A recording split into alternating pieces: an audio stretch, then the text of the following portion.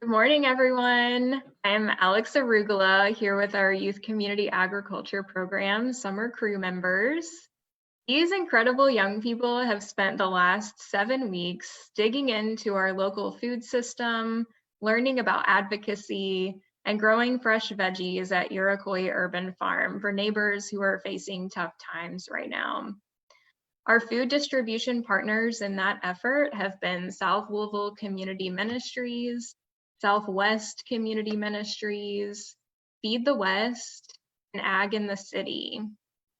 I also want to express a special thanks to those who have led workshops and taken time out of busy schedules to share wisdom and lead inspiring conversations with this crew.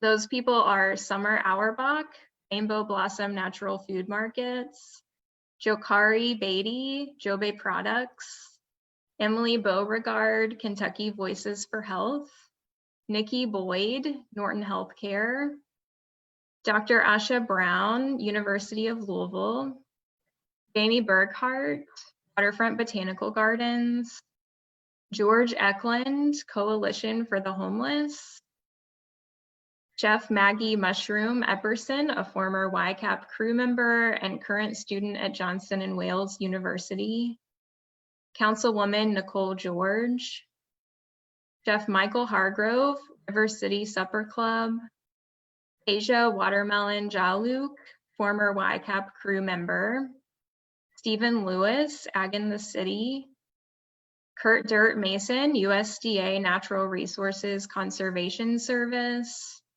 John Treese Martin, Hell Home and Feed the West, Craig Ostwine, Taylor Boulevard, Save a Lot, Ime Okpoko, University of Louisville, Chef Nakia Rhodes, McAtee Community Kitchen and Iroquois High School, Rachel Rourke's, Councilwoman Nicole George's office, Sarah Stewart, Kentucky Voices for Health, Kelsey Voigt, Community Farm Alliance, Sunbeat Farm, and Louisville Community Grocery, and Chef AJ Weekly with Bellarmine University. I also want to specifically mention our partnership with SummerWorks, which has supported this program through the summer. And thanks to each of you, our community of friends and stakeholders. We could not do this work without your support. So it's now time to hear from our crew. They are responding to the question, what have you learned about our local food system and how can young people make an impact? Each of them will present individually and we'll have some time at the end for some panel style questions. If you think of questions for them throughout their presentations, please pop them into the chat here. Marissa Mango is going to kick us off. Marissa, the screen is yours. Hello guys, good morning, and today I will be presenting my presentation on what I learned from YCAP.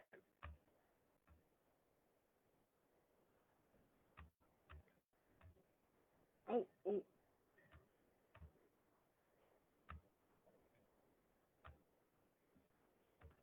The Food Literacy Project. Here are some photos of some sunflowers that we had harvest one day at the sunflower garden. The Food Literacy Project Youth Community Agriculture Program YCAP Summer. So basically I'm going to be giving a brief description about the farm and what we do there and how this summer went working there. So stay tuned for some info about the farm. It's going to be fantastic. I had a blast this summer. So what we did this summer for the Food Literacy Project was we did mainly Zoom calls and did workshops about multiple different things that's going on in the world. We also gave away some produce that we grew on the farm to families in need this year, since there was no market selling this year. The theme I picked to talk about today is initiative. How I define initiative in my own way is taking action, volunteer yourself, and take responsibility and taking one for the team. Initiative plays a big role in everyone's life because if you take initiative, you're basically maturing yourself and taking full responsibility of anything and any of your actions. We took initiative when going out to the farm and doing farm work. We made sure we was on the Zoom calls. One example where I took on initiative is where Grayson or Dylan would ask if there's a certain task could be done at the farm. I'll be the first to suddenly raise my hand up and take action and volunteer myself to do the task to get the work done. Things that I've learned over the summer during YCAP is I learned about how different people come by about food. I learned about the red lighting on map. If you don't know what red lighting is the red line that they put on maps for dividing people up in certain types of neighborhoods. I've learned that the community needs help, but the question is who can change that? The answer to that question is that you can change that you might not think you can, but you could. All you need to do is take initiative and write your council person that letter on a specific problem you would want to change in your community. In order for this to come by, only one person that sends a letter and probably they wouldn't care. But if you make a group of people and gather some people, you guys can write letters together and rant about the specific problems you want done in the community. There is no food justice without racial justice. Food justice is racial justice. There's a regular racism and then there's cultural racism where most of African American farmers are barely getting paid. African American families are ashamed because they can't afford certain foods. The kids that participated in meal programs could cause that they need food. They lack to pay meals because they struggling. Food security is often in poverty. Food security is where people need access to quality nutritious foods for the human existence.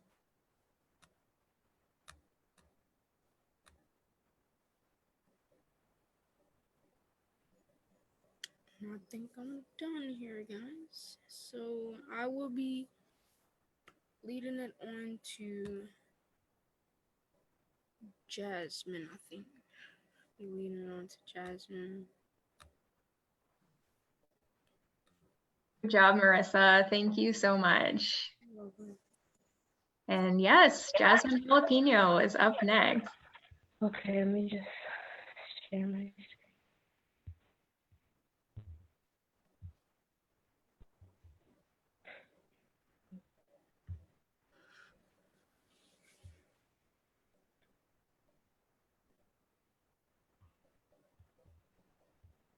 Hi, I'm Jasmine Jalapeno, and this is my YCAP journey.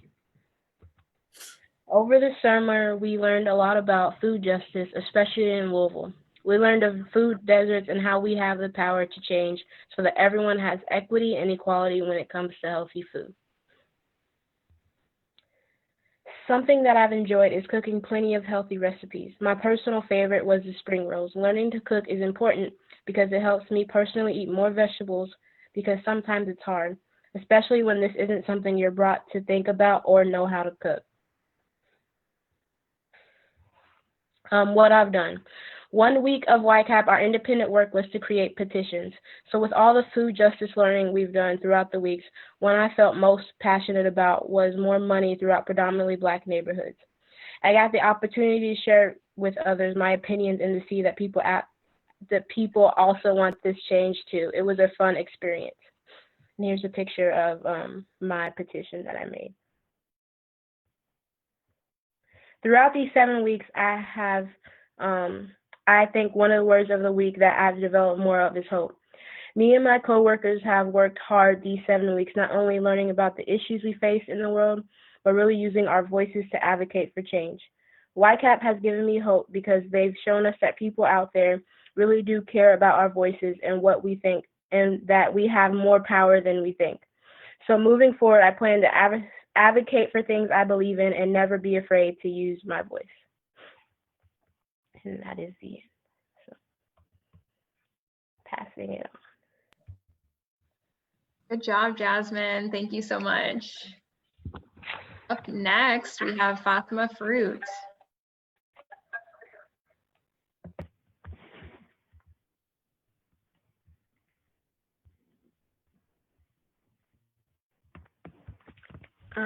Hello, everyone. My name is Swasma Fru, and I'm presenting my final presentation for my Summer with the Food Literacy Project. My work with the Food Literacy Project is important to me because it helps me with my definition and understanding of community.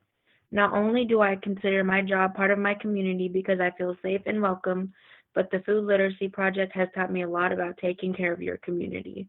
Whether it be picking up trash on the side of the road or writing letters to the Courier Journal and our council people about food issues we feel passionate about. Over the summer, we learned about food justice and healthy food access. We know that lots of places, including Louisville, have food deserts, meaning there is no grocery stores or affordable healthy food. Healthy food access means having access to healthy and nutritious food. This means having the money to pay for it, as well as having transportation. It needs to be less than a mile away. The food needs to be fresh, and I feel all people should have organic options. This means not only the people shopping at Whole Foods or the people with larger incomes. Bigger grocery stores closer to homes and neighborhoods ensure healthy food access. These grocery stores also need to carry organic food that is affordable and healthy. I also feel most options should be local, especially in the summertime. In 2018, an estimated 1 in 9 Americans were food insecure, equating to over 37 million Americans, including more than 11 million children. The U.S. Department of Agriculture defines food insecurity as a lack of consistent access to enough food for an active, healthy life. Over the summer, we outlined what we thought were assets in our community and things we needed to change. For assets, we had great universities, farms and farmers markets, parks, government buildings, and tons of small businesses to keep money flowing locally. The things we needed to change were homelessness, police brutality, areas with no grocery stores, teachers don't get paid enough, trash littering, and transportation. I included this picture because it shows that the world is in your hands. We even came up with solutions that are business proposals to help the problem with food insecurity. My concept was a farmer's market on wheels, which sounds weird, but hear me out. This would ideally be an old bus or old food truck converted into a farmer's market. The idea is that the farmer's market on wheels would go to low income neighborhoods and bring them fresh, healthy foods whenever they order from local farms. For example, we can put out a survey asking what they need or want based on what is in season and give them to people to have or have it be at a very low price. We would hire friendly people to ensure that our customers are always feeling safe and welcome. Change starts today with us. Overall, I have learned that young people can take action by advocating for healthy food access and homelessness and racial justice. We as the future are responsible for change. The Food Literacy Project teaches youth like me and my friends to take on the world face first and fight for what we believe in, because if we don't, no one will. Thank you for listening to my presentation. Great work, Fatma. Thank you so much. Thank you. Up next, we have Jamiyah Papaya.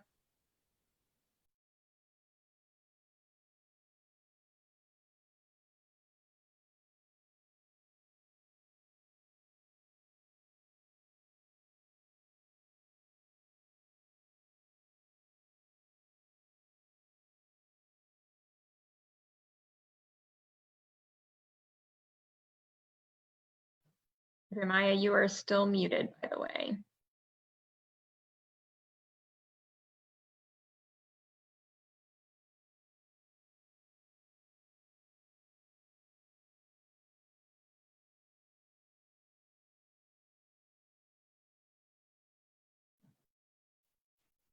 Jamiyah, you are muted.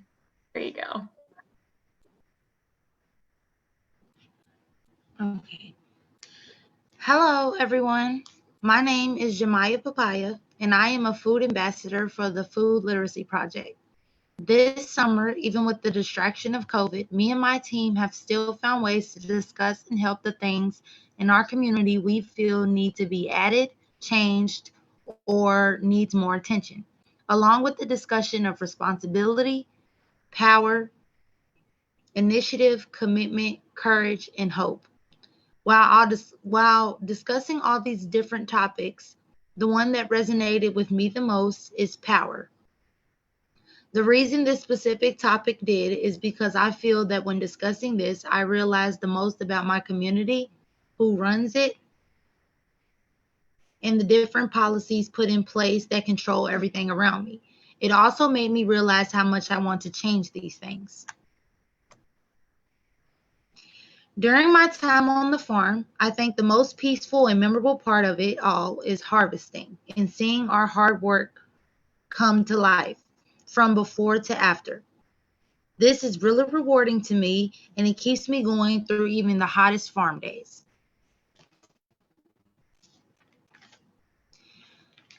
There are a lot of injustices that happen around us and right in front of us on a daily basis. One of the most important ones to me is the injustices happening in our food system. There has been racist policies and people who have built the food industry out of discrimination by giving the rich, less urban neighborhoods fresher and more affordable food while giving poor neighborhoods the leftover, not so fresh food and pricing it higher at the same time.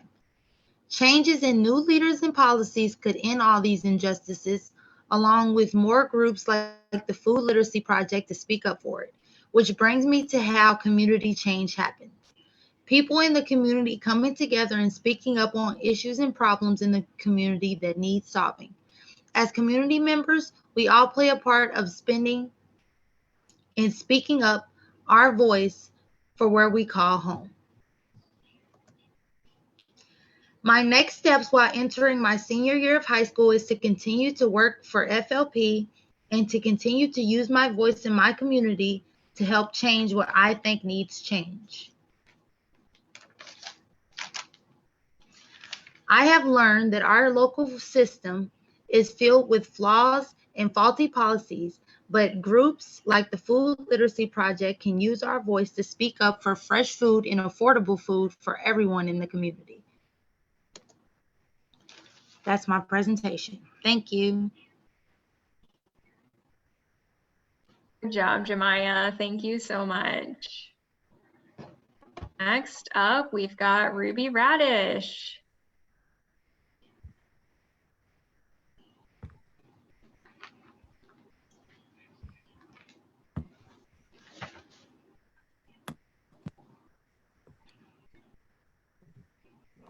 Hi, I'm Ruby Radish, and this is my final presentation.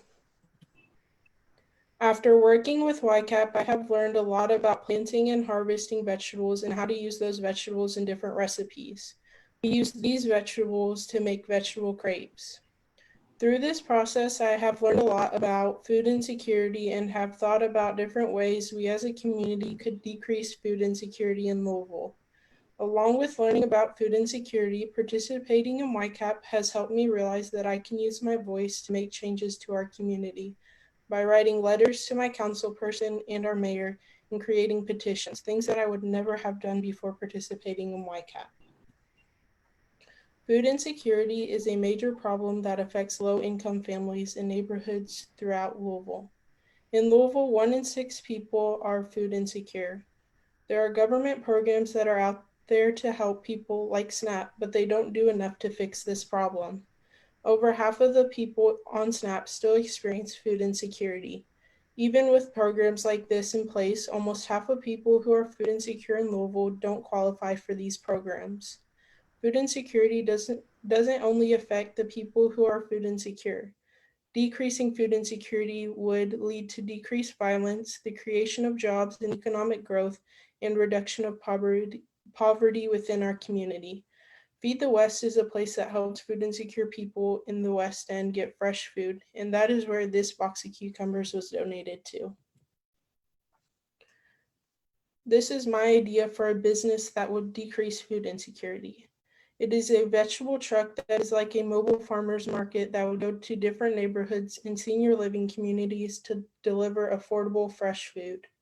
There are several places in Louisville that get food to food insecure people like Feed the West and the McAtee Community Kitchen. Along with these places, there needs to be a more permanent solution to food insecurity. More money needs to be put into programs like SNAP so that it can do more for the people that it's supposed to help. They also need to change the requirements for these programs so that everyone who needs it has access to it. There needs to be affordable access to fresh food in every neighborhood so that it is within walking distance for people within that community as well. Our local government is responsible for parks, police, and fire departments, housing, emergency medical services, municipal courts, transportation services, and public works. You can contact your councilperson or mayor, whether that's through a letter, email, or calling them. Along with that, you can create or sign petitions related to what you want to change in your community. This is a petition that I created to help decrease food insecurity in Louisville that is targeted towards the mayor. Bringing attention to different issues within our community can ensure something is done about it.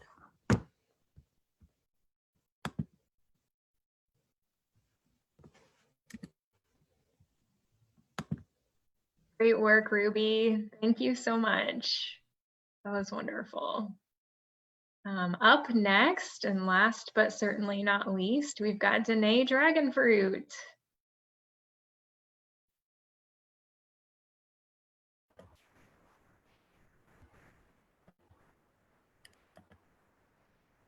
I'm trying to get to... All right. So my name is Danae, and I'm about to tell y'all about my presentation. This summer we learned so much and did so much. We had a great conversation about our weekly word like hope, courage, commitment, and a bunch of others. We may be young, but we all have big and amazing ideas. Even though it may seem like COVID sucks, it seems to make people think about more important issues like redlining, racial injustice, and food deserts. Although we did talk about important things, we did also have a lot of fun, like cooking and the breaks that we had while we were on the field.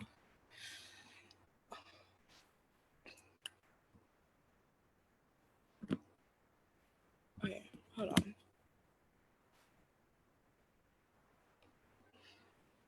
Okay, first off, I've been at YCAP for 3 years now, and I loved every bit of it. At YCAP, there is always some days where it's hot, being bad, but with my coworkers, aka my friends, always makes my work worthwhile. They make my day seem brighter, and we're like a big happy family. We learn so much, and there's never a dull moment. Now that y'all know about YCAP and how much I love my job, let's talk about what we learned. So, this year we learned a lot about food deserts and redlining. You guys probably already know a little bit about each subject from the other YCAPers. I think they are a pretty big deal, and I also am not gonna elaborate more, or y'all probably gonna hear what you already heard. So I put food deserts and redlining together because they go hand in hand. But I'm not the first. But first, I'm going to talk about food deserts, which is on the left. So technically, definitions of food deserts is where an urban area which is difficult to buy affordable or good quality fresh foods. I think that if you cannot get fresh foods or vegetables from at least a mile away, it's horrible. I also have so many personal experience with my grandma when I was younger, where she would lug around 2 kids and groceries trying to get to the bus because she would want good, healthy, affordable food for us. So we have to go so far out. This is unacceptable and it isn't right. But I can go on a rant with this all day. So this map I'm about to show y'all, I'm sorry that's like bad quality. So this picture says homes without vehicle access percentage for supermarkets and superstore access. So the light yellow areas are 0 to 9. The light oranges is 10 to 19. The dark oranges is 20 to 39. And the red is 40 to 72%. As you can see, worst parts in Louisville is eastern downtown and western Louisville. This is where most of the Black population in Louisville lies. I, for one, don't think it's a coincidence, but let's go on to redlining. I'm not going to talk much about redlining because I think the other YCAPers talked some about it.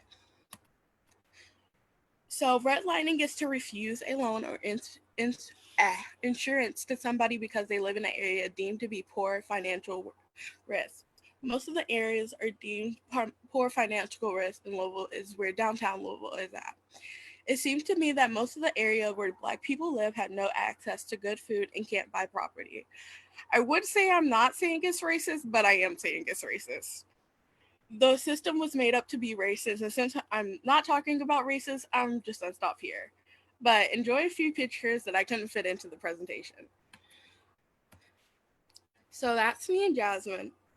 But I just want to say that younger people can do so much. And as you can already see from my presentation, that we have so many bigger ideas than anyone could ever imagine. And I'm just so happy to be a part of this generation. And that's it.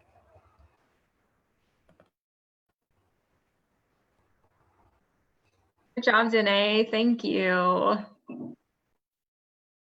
You have done such a wonderful job of sharing what you've learned and both the challenging things and the fun things. I know for all of our team here at the Food Literacy Project, it has really been a gift and an inspiration to grow with you all this summer. So let's dig in with some additional questions. Again, if you all have any questions for our crew, feel free to pop them in the chat here and we'll try to work in some questions from our live audience too. So first question, this summer we have focused on themes such as community, responsibility, power, initiative, commitment, courage, and hope. Which one resonated with you most and why?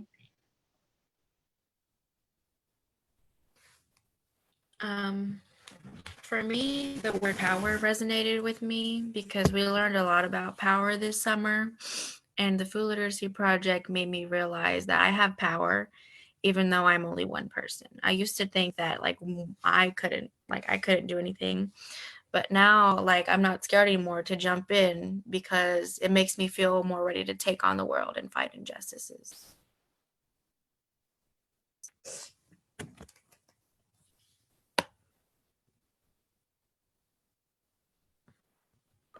Hope resonates with me because I say I hope all the time, and it's multiple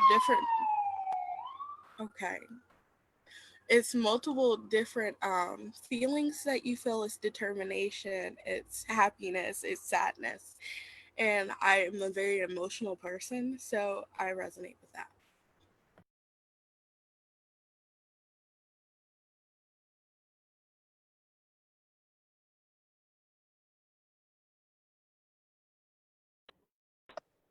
Anyone else have a theme that really jumped out?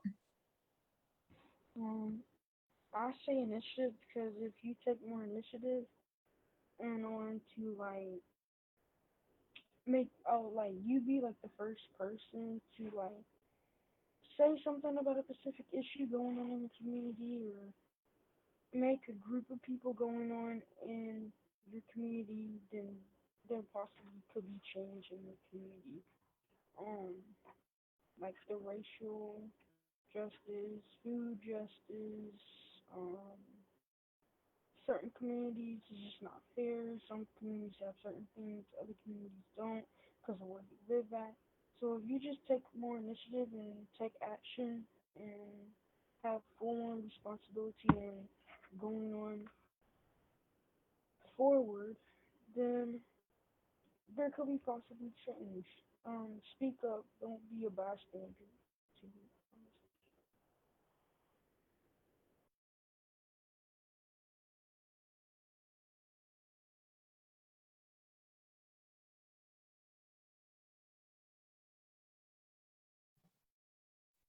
honest. What have been your favorite or maybe the most meaningful parts of working on the farm this summer? Working with my wonderful coworkers, because if it wasn't for them, there's been some people don't understand how hard it is working on a farm. Like like it's 91 degrees outside sometimes, and it just be so hot. But if you have positive people around you and don't have no negativity around you, have people around you that push you to do the work and get it done, then it's fun.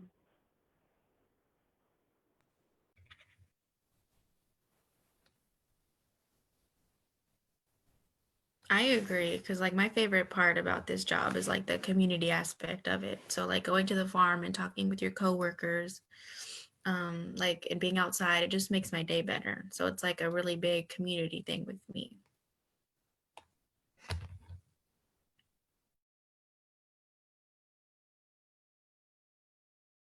I agree, because it would suck if I had coworkers that I hated. But no, I love all you guys, and it's always a fun ride with the YCAP.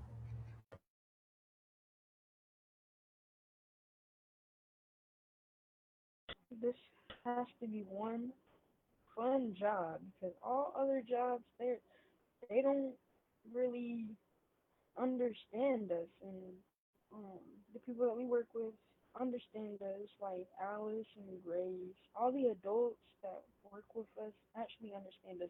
If it was another job, they probably wouldn't understand us, and they probably wouldn't care.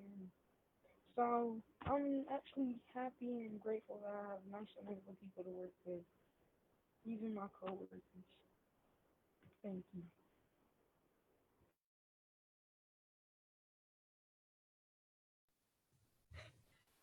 We're so grateful for you all too, Melissa.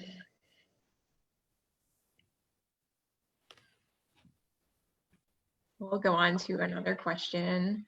There are lots of conversations happening in our community right now about racism and discrimination.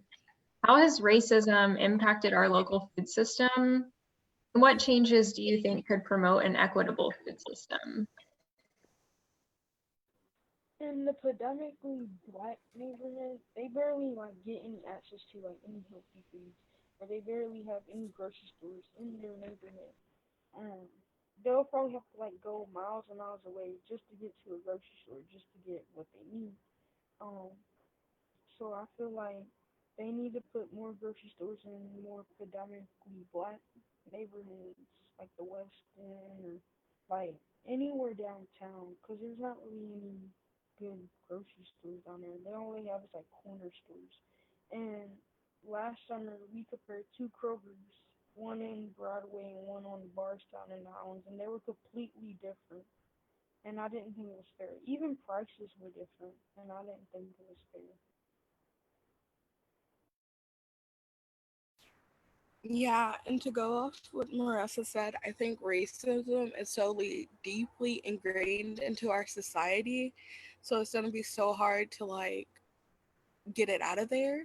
But like what Jasmine put on her presentation, we should have more money going into Black communities. By the way, go sign her petition. But we need to put more money into Black communities and just support each other and love each other.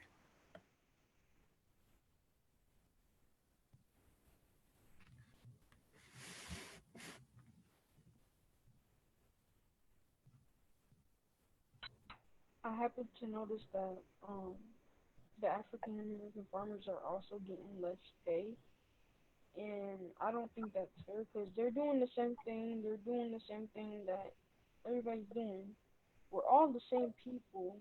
Um, we're all the human race, so I don't understand like why we're all getting treated differently. So it's just like equality and equity for real because this is just not fair. So I feel like we the people should say something and speak up about it.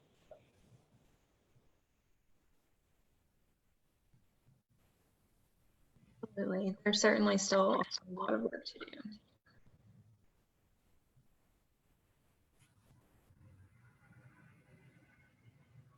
We've got a question from our live audience here from George, who asked, as advocates, how should nonprofits connect food justice to other issues that the community is experiencing? So things such as homelessness, racial justice, which you just talked about, healthcare. Where should we start? And how can we engage young leaders in this work? Solid question. A lot of parts to it too. Yeah. I feel like where you should start is just like educating other people, like when you're in a job environment. I feel like it's important to educate everyone that you work with. Like we have workshops and everything, because we had a workshop about homelessness and racial justice. Like it's just important to outline the problems instead of just like talking about them, because it's important to understand where they come from. So if you have all that information, it's easier to understand. So I think education is the most powerful tool. And it like engages like young people while educating them, because like before, like we didn't know how bad these like issues were. So I feel like most people, like we're doing this, but I feel like we would have more people doing this if they actually understood like the situation, and like things aren't changing and things need change. And so while you're educating them, you're also motivating them to do different things, to like use their voices and like make change. You know, like the protests that have been happening recently, it's like it's becoming a bigger and bigger movement because people are like seeing the injustices that are happening, and they're like using like all this like bad things that are happening, and they're turning it into something good and positive. So I feel like if we educate more young people about the issues, like this job could grow into be like a lot of teens and stuff, and we could like make like huge change. So like Fatima said, I think it definitely starts with education. And to go She's muted. You're muted, Janae. okay, so what happened is I think that most young people just want to be a part of something and make a difference in the world. And if you just educate them, they're gonna be doing so much work with the education that they have.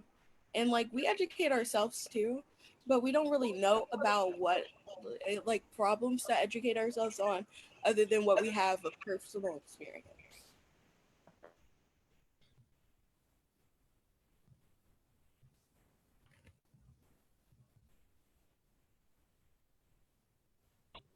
That's right. That is right. I agree.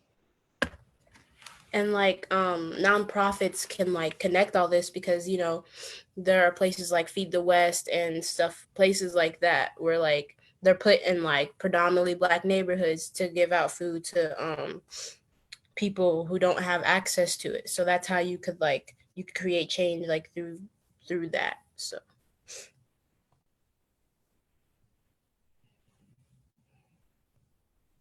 Yeah, those are all great points. Nonprofits often tend to specialize in like one particular thing. So maybe working together and starting with education is a great yeah. part. We've got another question here from Nikki Nutrition. I think I left out her farm name at the beginning. She said, have you all seen a need to educate families on how to cook fresh fruits and veggies?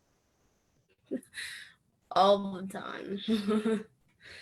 Like ever since we started like this cooking demos every week, my mom like absolutely loves it, and she like just eats all my food, which is great because like I love to see her like want to eat healthy and better her health. So yeah, I definitely feel the need to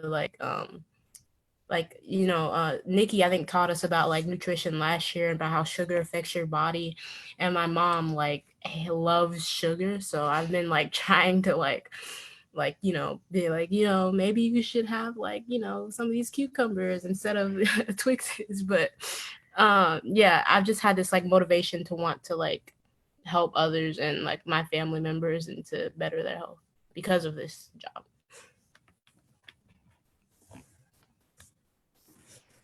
Yeah. Since I started the food literacy project, I think health and nutrition has become a big part of my household now. We buy a lot more vegetables and we have access to a lot more vegetables because of my job. So it has really changed not just my life, but my brothers and my parents too, because they watch me do my cooking demos and they eat the vegetables that I bring home, and they help me with my garden at home. So I think it just brings everybody together. Yeah, and like my grandma, she was always asking me like, "What are y'all making on the farm?" And when we're cooking, she's always like in the sidelines of the kitchen telling me what to do. I'm just like, "I got this," and she's like, "You should put this in there. You should put that in there," and she just like has fun with me.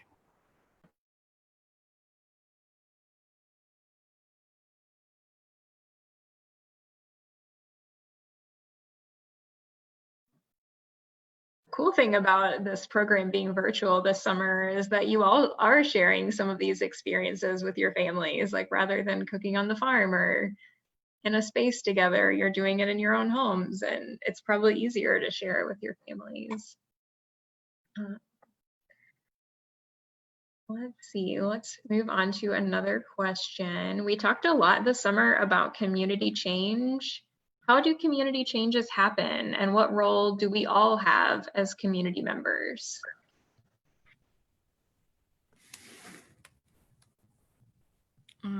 Community change starts with the people in like your community. So for example, like we write letters and create petitions, but we also talked about like if 10 of us called the same council member about the same problem, then they would have to listen to us. So it's kind of like just making sure that people listen and making sure that you have like rallies behind you so you can actually do it. So like I feel like the Food Literacy Project created a lot of togetherness with me. So like I feel like if I wanted to change something in my community, I could, because we're not alone in wanting change.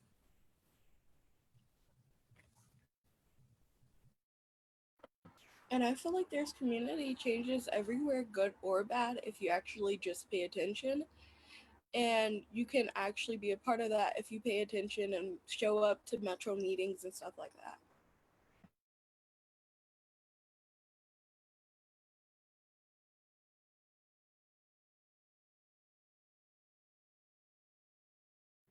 Basically, just be a social influencer. Just like influence people.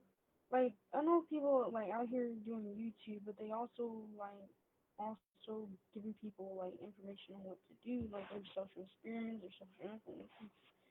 So actually, just like you don't have to be a YouTuber to be a social influencer. You can be your own individual and tell everybody, um, influence everybody on what to do and what is right to do.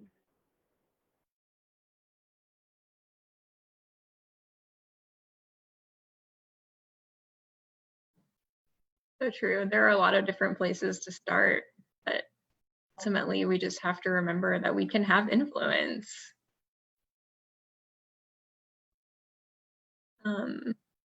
So you all are kind of in a time of transition in your own lives. Most of you are either entering your senior year of high school or your first year of college. What are your next steps, and how has YCAP helped to prepare you? Oh, my next steps. My next steps is to own my own culinary business. What I want to do is get my own culinary business, help the homeless out. I want to bring the homeless off the streets, people that are struggling on getting a job. I was going to give them a job at the culinary business. I was going to teach them life skills and what to do. I was going to help them like a certain amount of time or however long that they need to get up on their feet because they've been struggling for quite a while. I want to be a social influencer myself, um, and I also want to be a YouTuber. But I was also wanting to own my own farm. I wanted to like make my own farm, get my own produce, help people out, sell it. Maybe get people working with me because I wanted to like own maybe about like maybe 10 acres of land to start off. Um, So yes, I was gonna put everything that I want to be together, like the culinary business, the YouTuber, the social influencer, um, and give people hope and peace, and tell people that no matter how hard times is or how easy the times are, just keep pushing and never give up.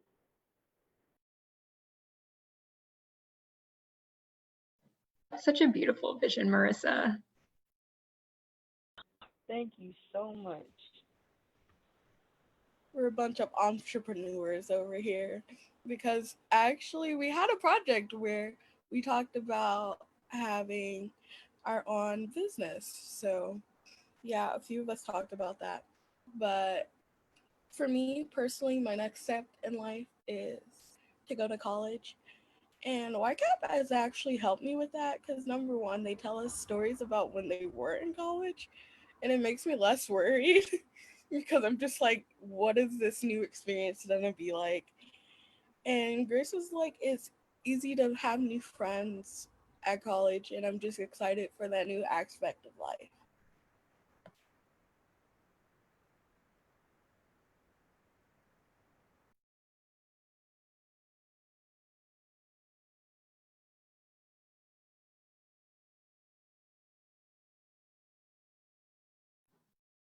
Who else wants to share what's next for you or how YCAP has prepared you? You don't have to have your full life story planned out. It could just be your next step. What's next for me is my freshman year of college, and I guess I don't know what's like after that, but the food literacy project has kind of like prepped me for that because I feel like I have a more positive outlook right now because like times are changing, obviously, especially with COVID, but I feel like we're very flexible with our schedule, and we farmed and we did all these amazing things this summer. So I feel like if we could do this while COVID is happening, like that's just the start of it. So I feel I have a better outlook moving forward. I'm also going to be a freshman in college, and I feel like because of the food literacy project, like when I see an issue in the future, like I'll be more likely to advocate and like try and change things.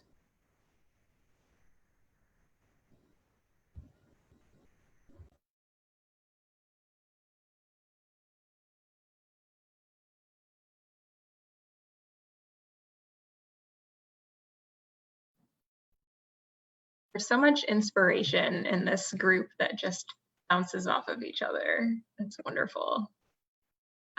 We've got another really cool live question from Donna, who you all probably know as Miss Neary. She said, I am a teacher at Iroquois, and many of our students benefited from the FLP, the Food Literacy Project. Could you guys talk about the importance of including food literacy into your overall education? I think some of you got to eat tacos with us last summer with the Backpack League too. So proud of you all. You are inspiring to our community, she said. So the question in that was, could you talk about the importance of including food literacy into your overall education?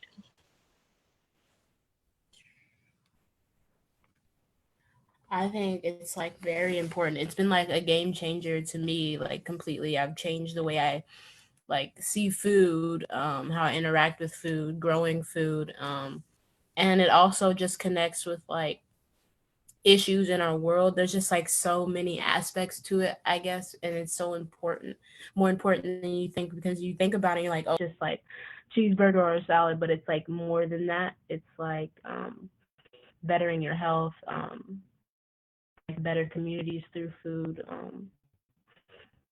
It's like been very important to me. So I can only imagine how important it'll be to other people learning about it.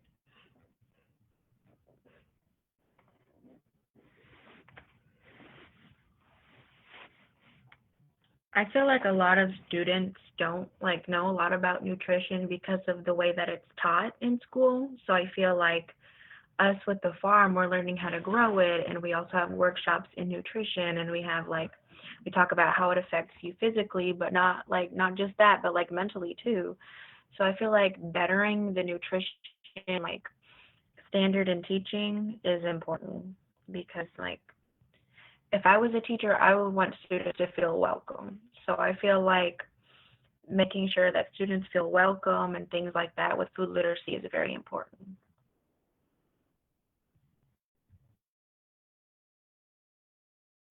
Like with education now for health and gym, they don't really like tell you the healthy parts about it.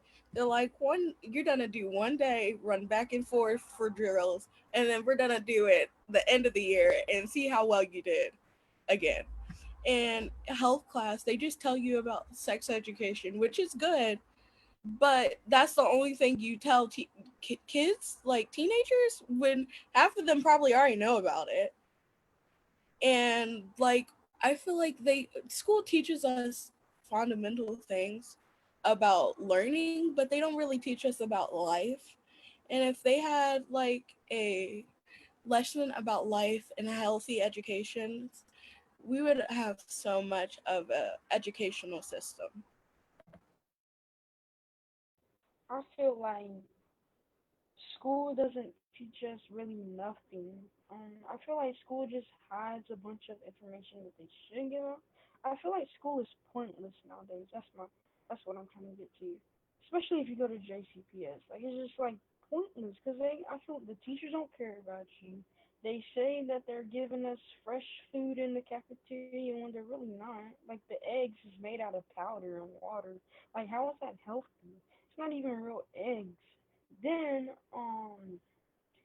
in the cafeteria in the morning for breakfast, they have cinnamon toast crunch bars. Like how is that healthy for us? Like I mean I feel like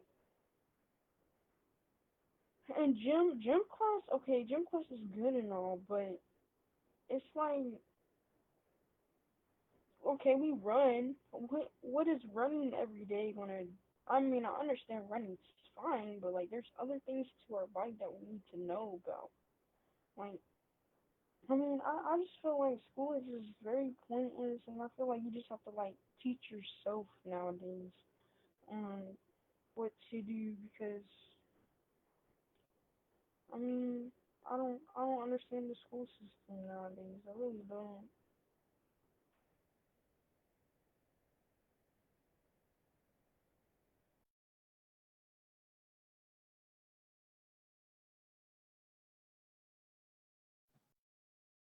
Well, let's do one last kind of fun question.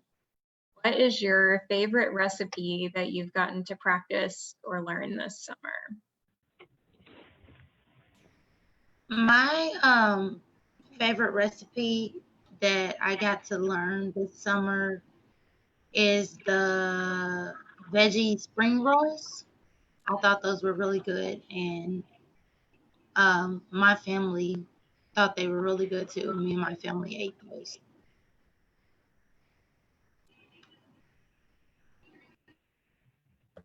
My favorite was the little rice bowls. I liked those. And my grandma ended up eating them, which, fun fact, she doesn't really eat the stuff that I make because she's scared a little bit. But she actually ate that.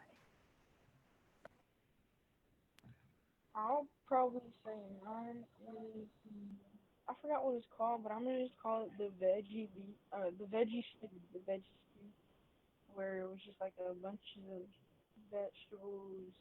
It's the soup, but I mean I call it the stew, and with the tomato paste. And my second option would probably be the pickled cucumbers and okras, cause that was pretty good.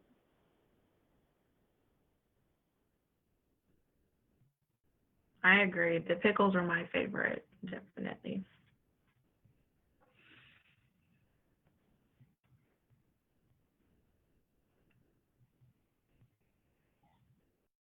It's just hard to pick. It's just very hard to pick on which one's your favorite, cause they were all good. Like the crepes, the vegetable stew, the egg, the rolls, the avocado ice cream, the pickles, the um, what else did we do? What was other stuff that we did? I wasn't here for the rice bowls, but I'm gonna work on those. I'm gonna see if they taste good or not.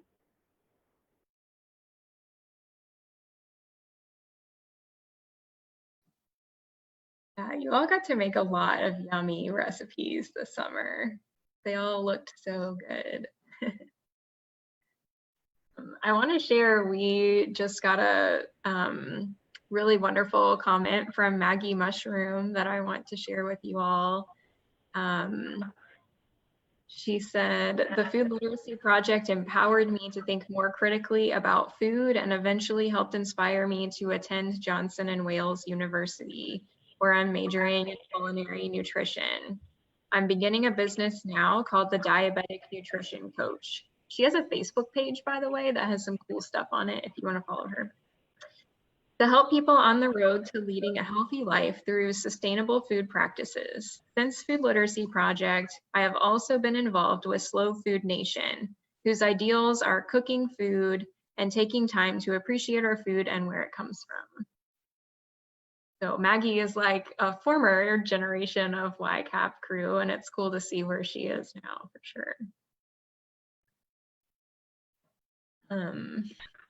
Well, we are almost out of time.